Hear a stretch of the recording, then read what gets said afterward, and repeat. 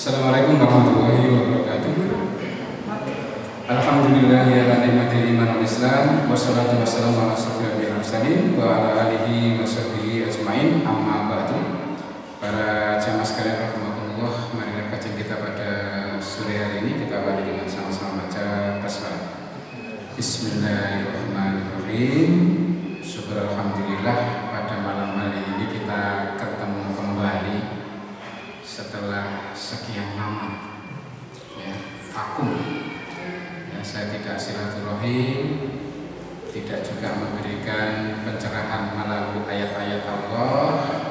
Maka pada hari ini alhamdulillah kita diberi kesehatan, kesempatan, dan greget hatinya untuk hadir dalam kajian ini.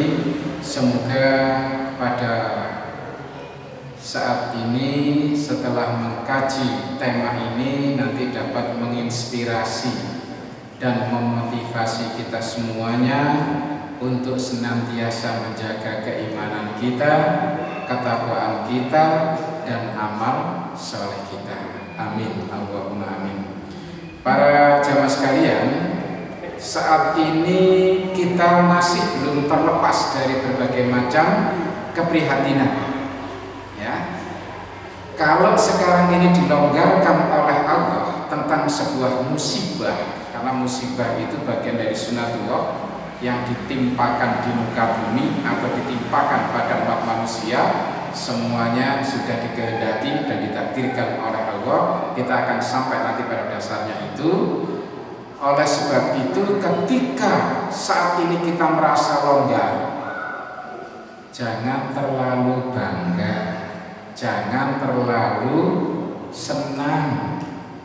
Bisa jadi ini adalah suatu proses pergantian, di mana dengan wabah ini kita sudah mulai merasakan agak longgar, PPKM-nya juga agak longgar, tapi bisa saja musibah yang sudah ditimpakan di negara lain digilir ke kita semua. Bapak Ibu sekalian, kalau mengikuti berita akan tahu bahwa di dunia lain itu sudah ditimpa bencana alam yang luar biasa. Di Cina itu numpuk di sana. Mulai dari wabah, banjir, longsor, badai, kebakaran, itu numpuk di sana semuanya. Sekarang ini juga masih untuk di Amerika, masih juga badai silih berganti. Dari badai Elsa pindah lagi, ada Aida sekarang ini, mungkin ada lagi berikutnya yang lain lagi. Para jamaah sekalian, kita tidak tahu. Di Belanda juga begitu, di Jerman juga begitu, di Tiongkok juga begitu. Di Jepang itu malah ketir-ketir kena tsunami dan lain sebagainya. Gempa bumi sudah di mana-mana. Kita masih tenang di Malang ini, betul? Maka dari itu ketika kita belum diuji dengan yang lain itu, jangan terlalu gembira. Nanti ada ayatnya yang perlu saya sampaikan tentang hal ini. Para jamaah sekalian, cobaan hidup yang selalu diujikan kepada setiap orang, setiap keluarga, setiap bangsa, dan lain sebagainya ini, ternyata di dalam Al-Quran sudah ada cara yang bisa kita rujuk, dan itu sudah diinformasikan 15 abad yang lalu terkait dengan kesuksesan besar yang diraih oleh Nabi Ibrahim alaihissalam. Nabi Ibrahim ini diuji dengan ujian yang nyata dan besar-besar, tapi sukses semuanya. Sesungguhnya rahasianya apa itu? Kesuksesan itu ada rahasianya, para jamaah sekalian. Hikmah keteladanan sebagai pelajaran bagi umat manusia tentang kisah Nabi Ibrahim dan keluarganya ini bisa kita mulai. Kisah sukses Nabi Ibrahim ketika menghadapi ujian hidup secara nyata disebutkan dalam surat Saffat. Surat As-Saffat surat ke-37 ayat 102 sampai 113. Di ayat ini Allah menyebut dengan kata-kata yang saya merah di ayat 106-nya, sesungguhnya ia benar-benar suatu ujian yang nyata, diuji dengan nyata para jamaah sekalian, ya. Dan ujian ini dilalui dengan sukses. Karena sukses, maka kita lihat yang merah kedua 108, Nabi Ibrahim dijadikan pujian yang baik di kalangan orang-orang yang datang kemudian. Karena doanya apa? Waj'alni lisana sidqin aliyan fil akhirin. Ya Allah, jadikan diriku kalau sudah mati nanti menjadi sebutan, omongan, obrolan, pembicaraan yang baik lagi mulia untuk umat-umat yang akan datang. Ternyata betul dikabulkan. Nabi Ibrahim dan keluarganya kita sebut setiap satu rakaat dalam sholat. Betul tidak? Ketika kita baca apa? Tahiyat. Ya, Allahumma sholli ala Muhammad wa ala ali Muhammad kama shallaita ala Ibrahim wa ala ali Ibrahim. Disebut ketika Idul Adha, ya, disebut ketika orang haji, disebut Ibrahim ini. Karena itu adalah bagian daripada perjalanan spiritual Nabi Ibrahim dan keluarganya yang diuji dan lulus semuanya. Masya Allah para jamaah sekalian, ya. Maka dari itu kesejahteraan dilimpahkan, ujian yang baik diberikan. Kemudian disebut juga di sini hamba-hamba kami yang beriman. Ia itu termasuk orang-orang yang beriman, diberi kabar gembira, diberi keberkatan. Kemudian ada yang saya warna biru. Itu harus menjadi bagian perhatian kita. Meskipun Nabi Ibrahim itu sukses, mukmin, muttaqin, innahu awwab, dia sangat taat kepada Tuhannya, ya. Tapi diingatkan ketika diangkat Nabi Ibrahim menjadi pemimpin umat manusia, dia bertanya kepada wa min dzurriyyati, bagaimana keturunanku? Apakah semuanya dapat? Ternyata Allah menjawab, tidak dapat keturunanmu dari orang-orang yang zalim. Yang zalim keturunannya tidak dapat estafeta kepemimpinan ini para jamaah sekalian. Maka diberi anak yang soleh, itu ada Ishak, gitu ya. Ada berikutnya lagi Di sini ada Ishak, kemudian ada Nabi Ismail yang biasanya kita ingat pada waktu menunaikan ibadah haji. Ya, itu terkait dengan pengorbanan itu, kurban, hari berkurban, Idul Adha. Ini adalah hamba-hamba yang diangkat jadi nabi sekaligus jadi rasul para jemaah sekalian. Masya Allah karunia ini para jemaah sekalian. Bagi yang zalim dari keturunan Nabi Ibrahim tidak dapat estafeta kepemimpinan ini. Nah, para jemaah sekalian, saya ajak bukti, ya. Nabi Ibrahim ini memiliki kecerdasan spiritual itu apa? Ini rahasia yang pertama. Mengapa Nabi Ibrahim itu selalu sukses menghadapi setiap ujian seberat apapun? Satu, dia cerdas spiritual. Nah, tanda-tanda cerdas spiritualnya itu di dalam Al-Quran disebutkan ini. Yang pertama surat Al-Hasyr. Ya ayyuhalladzina amanu, Nabi Ibrahim orang yang beriman. Awwab, innal awwab, sangat taat kepada Allah. Maka ketika diperintahkan bertakwalah, ya jawabannya satu. Orang beriman itu Sami'na wa ata'na, kami dengarkan ya Allah, kami taati. Wal tanzur nafsun ma qaddamat lighad, perhatikan masa lalumu untuk kepentingan akhirat. Ya, karena akhirat itulah kehidupan yang sesungguhnya, sedangkan dunia ini Allah menyebut dengan kata-kata mata ul ghurur, wa mal hayatud dunya illa mataul ghurur. Kehidupan dunia ini adalah kesenangan yang menipu, makanya jangan tertipu. Nah, para jamaah sekalian, Nabi Ibrahim tidak mau tertipu. Ketika diperintahkan ini, surat Shofat ini, berkurban, menyembelih anaknya yang lama didamba-dambakan untuk apa? Kaderisasi. Di masa tua baru diberi anak oleh Allah. Ternyata begitu tumbuh, berkembang, sudah menjadi cukup diajak kerjasama, tiba-tiba Allah perintahkan untuk apa? Dikorbankan, dan dia dengan cara menyembelihnya sendiri. Masya Allah. Tapi Nabi Ibrahim ini Allah, ya sami'na wa ata'na. Tapi hal itu tidak dimonopoli. Ya, sikap istiqomahnya ini ditanyakan kepada anaknya, "Hei anakku, gimana ini? Aku kok diperintahkan dalam mimpi seperti ini menyembelihmu." Dijawab oleh anaknya. Apa jawabannya? "Ya abatif alma tu'mar satajiduni insyaallah minas shabirin." Lakukan, hai ayahku, apa yang diperintahkan kepadamu, engkau akan mendapati aku disembelih. Itu tetap sabar, tetap ikhlas, tunduk manut bahasa Jawa. Ini para jamaah sekalian, karena begitu sudah bulat nawaitunya dua-duanya, sudah langsung melaksanakan detik-detik akhir inilah, maka Ibrahim dipanggil oleh Allah untuk menghentikan, dan digantikanlah kurban ini dengan sembelihan yang besar. Ini seekor sembelihan yang besar.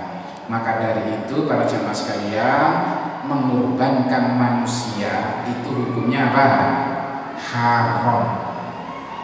Ya, meskipun berikutnya itu ada Fir'aun apa yang mengorbankan gadis-gadis yang diseleksi paling cantik, dikorbankan di Sungai Nil untuk para dewa-dewa. Nah, Islam itu sudah mengajarkan ini sejak siapa? Nabi Ibrahim. Ya, larangan berkurban dengan menggunakan apa? Manusia. Nah, para jamaah sekalian, kecerdasan Nabi Ibrahim termasuk Ismail ini dibuktikan dengan pertama surat Al-Hasr ini, dia berpikir jangka panjang, yaitu akhirat lebih baik daripada dunia. Makanya di ayat yang saya tampilkan, walal akhiratu khairul laka minal ula. Yang akhirat lebih baik daripada yang awal, yaitu dunia. Wal akhiratu khairu wa abqa. Akhirat itu lebih baik bagi kalian yang beriman dan lebih kekal untuk dinikmati. Ya, kalau mendapatkan karunia Allah itu kekal dinikmati, kehidupannya pun juga kekal. Yang terakhir surat Al-An'am 32, saya bacakan terjemahnya saja. Dan tiadalah kehidupan dunia ini selain daripada main-main dan singgah-gurau belaka, dan sungguh kampung akhirat lebih baik bagi orang-orang yang bertakwa. Maka tidakkah kamu memahaminya? Kita harus paham, akhirat itu adalah tempat kembali yang terbaik bagi orang-orang beriman yang bertakwa, dan itu harus kita pahami. Kalau ada orang yang masih memilih dunia daripada akhirat, misalnya di ayat dikatakan alladzina yastahibbunal hayatad dunya 'alal akhirah, dan seterusnya ditutup dengan kata-kata ulaika fi dhalalin ba'id. Orang yang lebih mencintai dunia daripada akhirat tersesat sangat jauh sekali menurut ayat Allah. Para jemaah sekalian, jadi pilihan ini ya adalah menunjukkan kecerdasan spiritualnya. Akhirat lebih baik, disuruh apa saja termasuk mengorbankan yang namanya apa? Anak kesayangan yang didambakan. Ini kan mata dunia kan? Ya, ini kesenangan duniawi anak itu. Ya, meskipun tujuannya baik untuk proses kaderisasi kepemimpinan umat manusia, tapi ketika Allah yang memerintahkan, satu yang direspon oleh Nabi Ibrahim, sami'na wa ata'na. Para jemaah sekalian, akhirnya nggak mati kan? Ya, Nabi Ismail, tapi melaksanakannya sudah bulat. Ya, fa idza azamta fatawakkal 'ala Allah. Kalau udah bulat nawaitunya, ya tawakal kepada Allah. Nah, berikutnya para jamaah sekalian, selain kecerdasan spiritual itu apa yang dimiliki Nabi Ibrahim sehingga selalu sukses di dalam setiap menghadapi ujian? Ini yang kedua, mampu memilah dan memilih yang terbaik di sisi Allah. Generasi sekarang itu pintar untuk memilah baik, buruk, halal, haram, betul kan? Tapi apa? Kurang pintar untuk memilihnya. Ya, kenapa sudah tahu ini baik, buruk, halal, haram, kok masih milih yang haram? Kenapa tidak milih yang baik atau yang halal? Ada apa?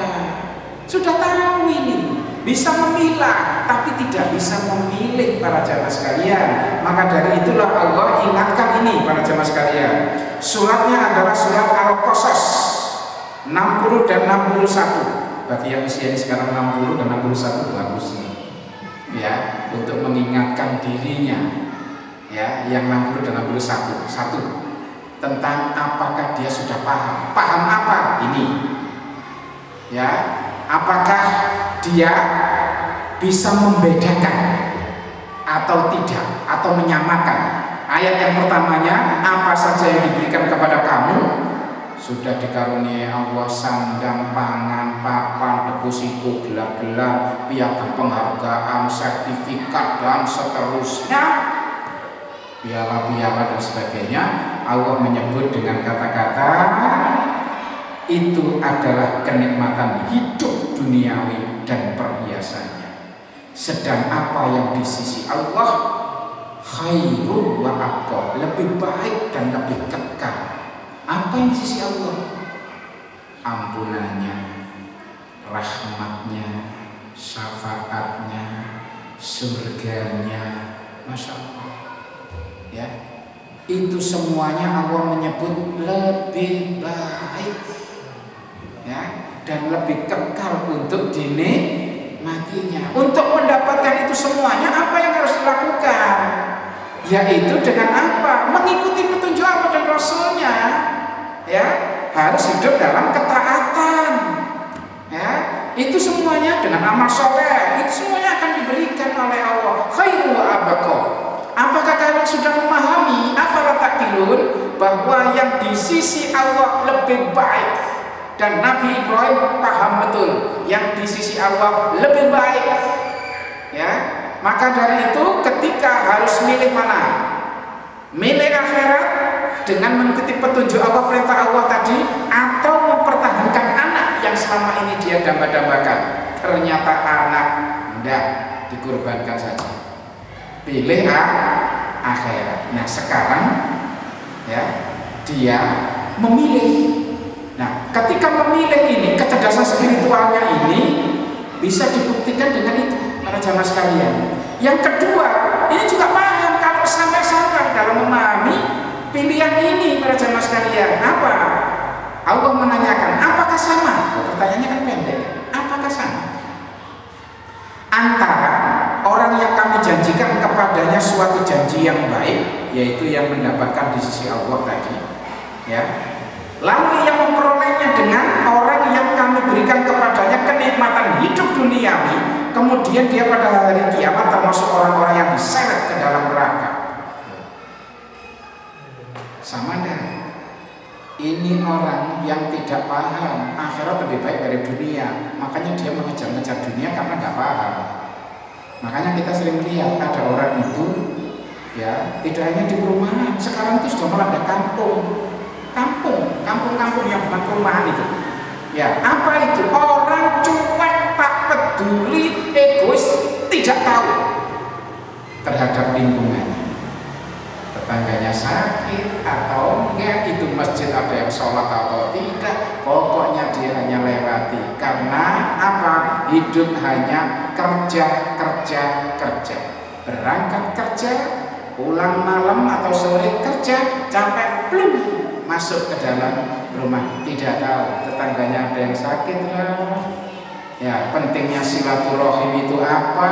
Rasul ngajari supaya falyasil rahimah, bangun silaturahim, karena ada dua kepentingan di sana. Apa? Panjang umur dan dilapangkan rezeki. Jadi kalau orang itu pendek umurnya, sempit rezekinya, itu bisa bermakna seperti ini. Orang tidak suka dengan silaturahim. Masya Allah para jemaah sekalian. Ya, jadi hidupannya itu kerja. Maka dalam hadis Tabrani itu menarik untuk kita cermati. Ketika orang dibangunkan pagi hari, mungkin pagi jam 1, 2, 3, kemudian apa yang dia pikirkan? Kalau dia hanya berpikir duniawi, A sampai Z akan melakukan urusan duniawi dan melupakan haknya Allah, dia ditimpa 4 masalah. Allah akan menimpakan 4 masalah kepada orang ini. Ya, haknya Allah tidak diberikan. Haknya Allah itu apa? Kita bersyukur kepada Allah. Alhamdulillah. Ya, alhamdulillahilladzi ahyana ba'da ma amatana wa ilaihil nusyur. Dia dihidupkan. Ya, dihidupkan itu seperti kita inilah mungkin. Sampai tidak tahu malam nanti apakah ini malam terakhir untuk kita semuanya. Wallahu a'lam. Tapi perjalanan cukup panjang. Mulai kita dibangunkan sampai sekarang ini berapa jam? Itu bisa mengubah diri kita dari orang yang tidak beriman jadi beriman, orang yang tidak soleh jadi soleh, ya, dan lain sebagainya. Coba Fir'aun itu nggak mau beriman ketika dia didakwai oleh Nabi Musa dan Harun. Tapi begitu dihadap Allah, ketika apa? Megap itu sakaratul maut, dia gunakan waktu yang singkat padat ini dengan taubat. Amantu bi Rabbi Musa wa Harun. Di ayat yang lain, amantu bi Rabbi Bani Israil, ya, dan seterusnya. Banyak redaksi yang berbeda-beda, tapi intinya adalah dia beriman kepada siapa? Allah. Ya, maka dijawab oleh Allah, mengapa baru sekarang? Sudah megap-megap, nazar kok baru taubat? Ditolak oleh Allah, para jamaah sekalian. Loh, cerdas ini, siapa ini? Fir'aun ini cerdas, detik-detik akhir loh, taubat dia. Ya bayangkan, kalau nggak taubat oke lah. Ya memang dia orang dolim yang ngepol gitu ya, ngepol. Nah ini enggak, di ujungnya itu hidupnya dia sempat bertaubat, tapi waktunya sudah tidak mungkin. Makanya ketika nazar orang bertobat, pintu langit sudah ditutup. Para jamaah sekalian, ya. Nah inilah. Makanya ketika orang dibangunkan malam kok tidak bersyukur kepada Allah yang menjadi haknya Allah, itu dia ditimpa satu. Dia akan ditimpa hari itu dengan kebingungan yang tidak ada ujungnya. Bingung terus hari ini. Mau ngomong apa, mau berbuat apa, ngambil keputusan apa, gak bisa, bingung saja. Yang kedua, masbul. Dia disibukkan oleh Allah yang tidak ada henti-hentinya. Ini hadis Sahih Tabrani, para jemaah sekalian. Yang ketiga, cita-cita yang tidak akan sampai. Keempat, harapan yang tidak dipenuhi oleh Allah. Jadi kalau orang lupa bersyukur kepada Allah, kok ditimpa 4 ini, maka kalau kita sudah pernah mendengar, pernah belajar ini, hadis ini, mari kita kembali. Tidak apa-apa, sekarang pun, wah saya tadi pagi belum berdoa kepada Allah, ya ucapkan saja. Alhamdulillahilladzi ahyana ba'da ma amatana wa ilaihil nusyur. Ya, kemudian kalau itu modelnya siapa? Misalnya Nabi Yunus, karena dia salah dia mengatakan la ilaha illa anta subhanaka inni kuntu minadz dzalimin. Kalau Nabi Adam, Rabbana dzalamna anfusana. Ya, kalau Rasulullah apa? Allahumma innaka afun tuhibbul afwa fa'fu anna wa fa'fu anni. Silakan menggunakan redaksi yang mana yang bisa kita pilih. Yang intinya adalah apa? Bertaubat kepada Allah. Sekalian. Makanya sholat witir itu kalau kita lupa dilakukan kapan saja. Coba lihat hadisnya itu di hadis Sahih Muslim itu. Ya, sholat witir dilakukan ketika menutup sholat malam. Lupa. Zuhur ingat. Apa kata Rasulullah? Lakukan ketika ini. Iya. Silakan dibuka itu hadisnya Sahih Muslim itu para jamaah sekalian. Witir lupa, bablas, entek waktunya, gak jadi loh para jamaah sekalian. Ya, jadi kita bukalah Quran, buka hadis supaya dapat informasi tentang petunjuk. Tentunya kita menggunakan hadis-hadis yang apa ya, yang sahih, bahkan yang mutawatir ya, yang menjadi pijakan kita lebih baik. Nah, para jamaah sekalian, ketika orang tidak memahami pilihan yang benar, yang terbaik, maka ujung-ujungnya orang ini dengan prinsip hidup kerja, meskipun dia sampai sukses, tetap pulangnya nanti akan masuk neraka para jamaah sekalian, karena dia tidak memilih apa yang di sisi Allah. Tapi sebaliknya ada yang memilih di sisi Allah, ibadah, malam tahajud, duha, puasa Senin Kamis, ayamul bid, baca Quran, ya, kemudian dzikir, macam-macam sudah dilakukan, tapi kok tetap miskin saja. Kira-kira sebabnya apa para jamaah sekalian? Ini pertanyaan pernah dilempar ke Profesor Dr. Buya Hamka, tapi sudah puluhan tahun yang lalu. Nah, sekarang saya nggak bahas jawabannya itu, tapi saya langsung berikan ini para jamaah sekalian, buka, yaitu suratnya adalah surat Asy-Syura. Surat Asy-Syura itu surat ke-42. Ini surat 42, ayatnya adalah ayat 27. Bagi orang yang umurnya 27 ini penting ini. Kerja mati-matian kok tetap miskin. Sudah juga yang namanya ibadah maksimal tetap miskin. Ya begitu saja hidupnya. Ini jawaban Allah. Lau basatallahu rizqa li ibadihi la baghaw fil ardh.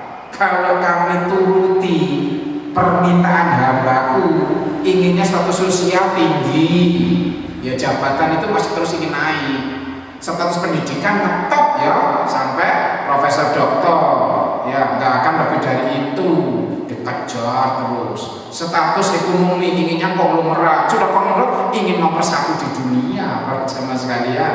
Ya, apa jawaban Allah ini? Kalau dituruti sepenuhnya, labaghaw fil ardh, pasti akan berbuat melampaui batas. Itu sudah bisa kita lihat.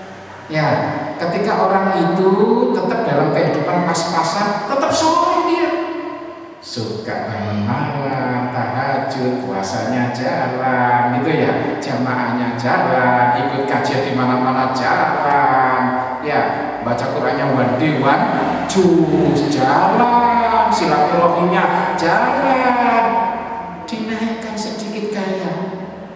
Ya, sebelumnya nggak punya kendaraan, sekarang dikasih kendaraan, sepeda motor. Apa sih yang terjadi kira-kira para jamaah sekalian? Agendanya muncul. Ini ada sepeda motor, produk terbaru ini. Ini kan minggu ini. Ini malam minggu kan? Malam minggu aja, sholat maghrib di rumah aja. Ya setelah sholat maghrib cepat kita keluar, kita malam mingguan. Loh, dulu nggak ada kendaraan, nggak ada pikiran malam mingguan. Sekarang ada malam mingguan. Ketika ada mobil, ada wisata. Para jamaah sekalian, ya, ketika hidup pas-pasan, itu apa? Puasa dan puasa. Ketika duitnya ada, kulineran. Ya, agenda kulineran muncul. Kendaraannya mobil baru, duit banyak. Loh, agendanya wisata plus kulineran.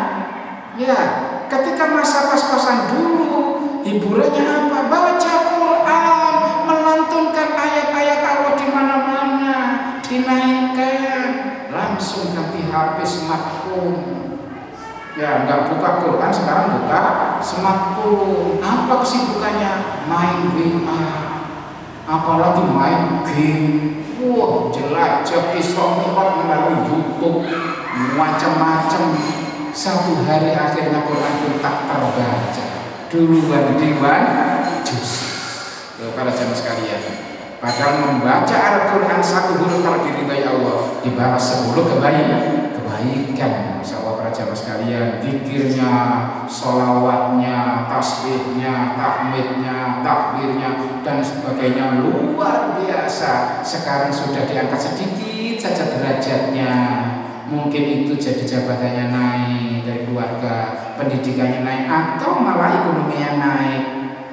Yang terjadi apa? Labaghaw fil ardh. Para jamaah sekalian, sudah mulai gengsi, sombong, sudah tidak mau lagi mulai menyapa tetangga.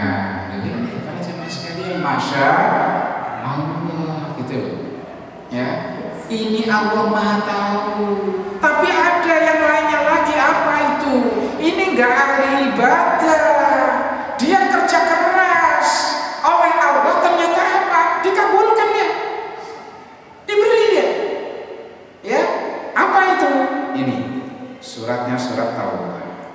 Silakan bisa dibuka. Surat Taubah, ayatnya adalah ayat 55. Ini gak ibadah orangnya, hanya kerja saja, kerja. Diberi oleh Allah, dilimpahi harta, sandang, pangan, papan, deposito, gelar-gelar, piagam penghargaan, piala-piala, numplok semuanya. Anak-anak yang hebat-hebat, yang dibanggakan, cantik-cantik, ganteng-ganteng, juara-juara. Apa kata Allah? Ini, janganlah kalian orang yang beriman ta'ajub kepada orang-orang yang tidak beriman, yang kami limpahi harta dan anak-anak yang hebat-hebat itu. Sesungguhnya pemberianku itu adalah untuk mengadab keluarga itu di dunia sampai mati dalam keadaan kafir. Masya Allah. Jadi kalau kita tahu ayat begini ini, tenang para jamaah sekalian. Ya, sampai hari ini rumah masih kontrak saja. Sudah mau mati masih kontrak saja. Ya kenapa? Karena memang kalau kita diberi rumah atau dianggap PNS, ya, ASN sekarang ini, itu dia akan sombong, akan beruang. Allah itu Maha Tahu terhadap hambanya ini, para jamaah sekalian. Akhirnya apa? Apa sayang kan? Orang ini jika berubah seperti ini, maka dari itu apa? Mestinya dia dapat gajian 10 juta, cukup dikasih 2 juta saja.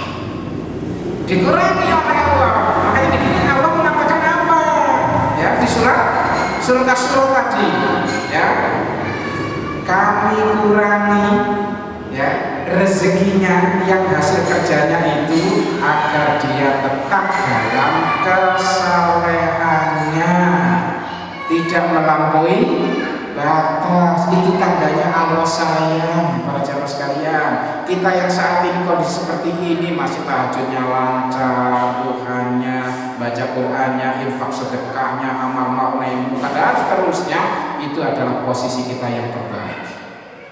Ketika kita diubah oleh Allah sedikit saja, kita bisa berubah melampaui batas. Para jamaah sekalian, makanya yang perlu bagi kita adalah mensyukuri apa yang sudah diberikan karunia oleh Allah. Banyak orang itu sampai tua, itu orang tuanya tidak bisa memiliki rumah, anaknya sampai besar-besar, tapi dididik dalam kesalehan. Rumahnya yang sederhana itu juga dipakai untuk ngaji masyarakat itu.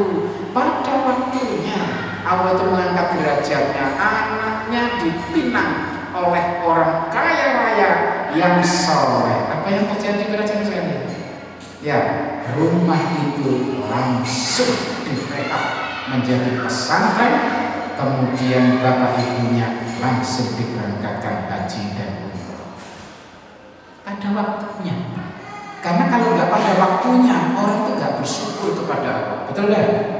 Iya. Coba kita ini kalau dompetnya itu 50 juta di dompet itu 50 juta. Kemudian ada orang ngasih 500 atau 5.000, kira-kira diterima? Ya mesem-mesem saja, nggak butuh. Oh ya sudahlah, saya terima kasih, begitu saja. Tapi begitu dia dompetnya dicopet orang, dia harus pulang dan dia harus naik mikrolet. Mikrolet 5.000 penting artinya, betul kan? Iya, pada waktunya. Kalau tidak waktunya nggak bersyukur. Makanya kadang-kadang kita ini minta kepada Allah, minta anak, nggak diberi anak. Pada waktunya diberi, kita langsung bersyukur. Ya, tapi kalau tidak pada waktunya, kita bisa apa? Lalai. Ya, tidak peduli dengan anak. Saya ini kaya kok dikasih banyak anak, itu gimana soalnya? Jadi begitu nanti. Ya, sikapnya jadi terbalik itu para jamaah sekalian. Ya, Nabi Ibrahim berharap saja masih diuji. Ya, saya keluar para jamaah sekalian kembali ke sini. Nah, kecerdasan spiritual itu ditandai dua hal. Satu, berpikir jangka panjang, yaitu akhirat lebih baik daripada dunia. Yang kedua, mampu memilih yang terbaik di sisi Allah. Itu tanda kecerdasan. Ya, kira-kira ini panas-panas dulu adzan. Ayo sholat apa tidur ya? Coba agak sekarang. Ya, sholat atau tidur. Kalau subuh, masih ngantuk ini. Sampai berbunyi as-sholatu khairun minan naum, itu gimana ya? Para jamaah sekalian, karena di rumah-rumah semuanya sudah banyak yang silakan dibuka di YouTube tentang pengalaman orang, yaitu perjalanan spiritualnya masuk Islam. Silakan dibuka, masuk Islam untuk wilayah dunia, tidak hanya Indonesia, luar negeri. Para jamaah sekalian, nanti akan melihat sesuatu yang mengejutkan buat kita. Salah satunya pengakuan seorang wanita di Belanda ini adalah ketika dia masuk Islam langsung dieksploitasi, dikucilkan oleh semua orang, keluarganya, keluarga besarnya, saudaranya, teman-temannya, masyarakat dikucilkan. Karena di Eropa Islam itu minoritas, kok ini ada yang masuk Islam. Apa yang terbaik dari wanita ini? Masya Allah, kalau Allah itu wa'alama insana malam yang lamudi, manusia mengajari sesuatu yang tidak tahu, bagaimana dia supaya tahu bahwa orang-orang yang menjauhi dirinya itu justru direspon dengan positive thinking, berpikirnya positif. Bagaimana itu? Alhamdulillah, orang-orang yang benci dengan Islam semuanya disingkirkan oleh Allah. Bukan sedih, bukan merana. Orang tua dua-duanya nggak ngakui anak lagi, ya. Kemudian tetangganya, saudaranya, masyarakatnya, bukan begitu. Dia berpikir malah positif. Orang-orang yang benci Islam oleh Allah disingkirkan dari aku. Ya, makanya dia mohon, ya Allah, kumpulkanlah aku dengan orang-orang yang saleh. Rabbana alhiqna bis-sholihin. Itu di Quran itu. Ya Allah, jadikanlah kami ini orang-orang yang soleh. Temukan dengan orang-orang yang soleh. Ditemukan para jemaah sekalian. Ya, bersaudara karena iman. Innamal mu'minuna ikhwatun yasuddu ba'dhum ba'dhan. Jadi ketemu ya. Nah, ini para jemaah sekalian adalah tentang tanda-tanda kecerdasan spiritual, ya. Yang berikutnya nanti ini nomor 3, ketundukan dan ketaatan kepada Allah itu seperti apa, ya. Nabi Ibrahim dan keluarganya ini menjalaninya. Insya Allah kita lanjutkan dalam pertemuan yang akan datang. Ini saya bawakan makalahnya. Kalau di copy silakan supaya bisa jadi rujukan kajian kita bersama. Baik, saya cukupkan sampai di sini. Sudah terdengar adzan. Mohon maaf, sampai ketemu lagi. Semoga kita masih sehat, semua kita masih soleh, ya, dikaruniai rahmat oleh Allah untuk bisa hadir di rumahnya ini setiap saat. Amin. Allahumma amin. Demikian, kalau tidak maaf, kita tutup dengan sama-sama baca doa kafaratul majlis. Subhanakallahumma wa bihamdika asyhadu an la ilaha illa anta astaghfiruka wa atubu ilaik. Walhamdulillahi rabbil alamin. Wassalamualaikum warahmatullahi wabarakatuh.